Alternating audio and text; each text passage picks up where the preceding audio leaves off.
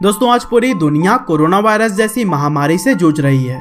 हर तरफ इतना खौफ देखने को मिल रहा है कि इंसान अपने घरों से निकलने में भी डर रहा है। साथ ही पूरी दुनिया की अर्थव्यवस्था ठप पड़ चुकी है।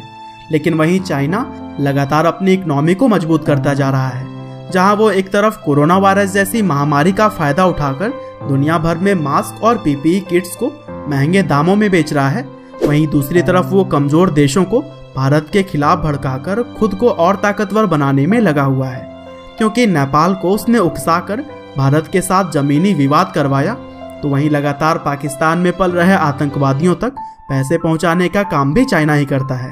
और दोस्तों चाइना के फंडिंग से ही आतंकवादी भारत जैसे कई सारे देशों के जवानों को मारते जा रहे हैं। और ऐसे में जब कभी भी हम अपने देश पर होने वाले हमलों और उन हमलों में मारे गए जवानों की मौत के बारे में सुनते हैं तो हमारे दिल दहल उठते हैं। लेकिन दोस्तों आपसे एक सवाल है कि क्या आपको नहीं लगता कि हमारे जवानों के मौत के जिम्मेदार कोई और नहीं बल्कि हम लोग खुद हैं? जी हाँ, आपने बिल्कुल सही सुना। हम ऐसा इसलिए बोल रहे हैं क्योंकि जिस हिसाब से हम चाइना की इकोनॉमी को बढ़ाने में लगे हुए हैं उससे ऐसा तो होना ही है। अब आप खुद ही सोचिए कि जिन चाइनीज प्रोडक्ट्स और सर्विसेज का इस्तेमाल करके हम अपने पैसे बचाने की सोचते हैं, वही सोच आज चाइना को दिन प्रतिदिन ताकतवर बनाती जा रही है। और हमसे कमाया हुआ पैसा चाइना अपनी डिफेंस सिस्टम में लगाता है। और दोस्तों ताकतवर बनने के बाद वह भारत के तरह ही कई सारे देशों के जमीन को हथियाने का काम कर रहा है। और दोस्तों इन सभी बातों से यह तो साफ है कि हम अपने पैरों पर खुद ही कुल्हाड़ी मार रहे हैं। और इतना ही नहीं, यह कहना भी गलत नहीं होगा कि खुद कुल्हाड़ी तो मार ही रहे हैं, लेकिन चाइना के इकोनॉमी में भी सहायता करके नई कुल्हाड़ी उन्हें खरीद कर भी दे रहे हैं। और दोस्तों क्या आपको पता है कि ईस्ट इंडिया कंपनी जब भारत आई थी तब उनका पहला मकसद व्यापार करना ही था। लेकिन व्यापार के झांसे में हम ऐसे फंसे कि उन्होंने पूरे देश पर ही कब्जा कर लिया। और दोस्तों चाइना भी जिस तरह से भारत में व्यापार जमा रहा है उससे यह बात तो दोबारा होती हुई नजर आ रही है।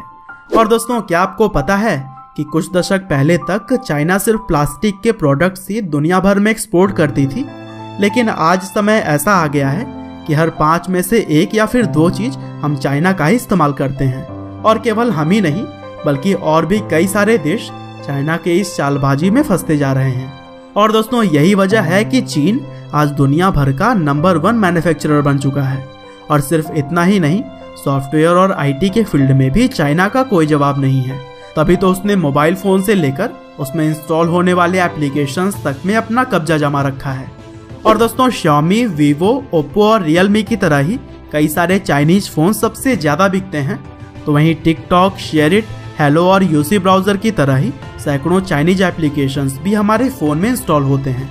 लेकिन दोस्तों क्या कभी आपने यह सोचा है कि जो चाइना दुनिया भर में अपने ऐप्स फैला रहा है वो भला खुद दूसरे देशों के ऐप का इस्तेमाल क्यों नहीं करता? दरअसल ये जितने भी ऐप्स हम इस्तेमाल करते हैं उनमें से ज़्यादातर हमारे फ़ोन्स की डिटेल को सेव रखते हैं। और ज़रूरत पड़ने पर चीन की सरकार इन डेटा को कंपनियों से जोर ज़बरदस्ती लेकर इसका गलत इस्तेमाल भी कर सकती है। और दोस्तों ऐसे में आप खुद ही सोच लीजिए कि अगर ये एप्लीकेशंस किसी सैनिक के द्वारा इस्तेमाल किए जाएं तो फिर कितनी ज़्यादा इम्पॉर्टेंट इन्फॉर्मेशंस लीक हो सकती है।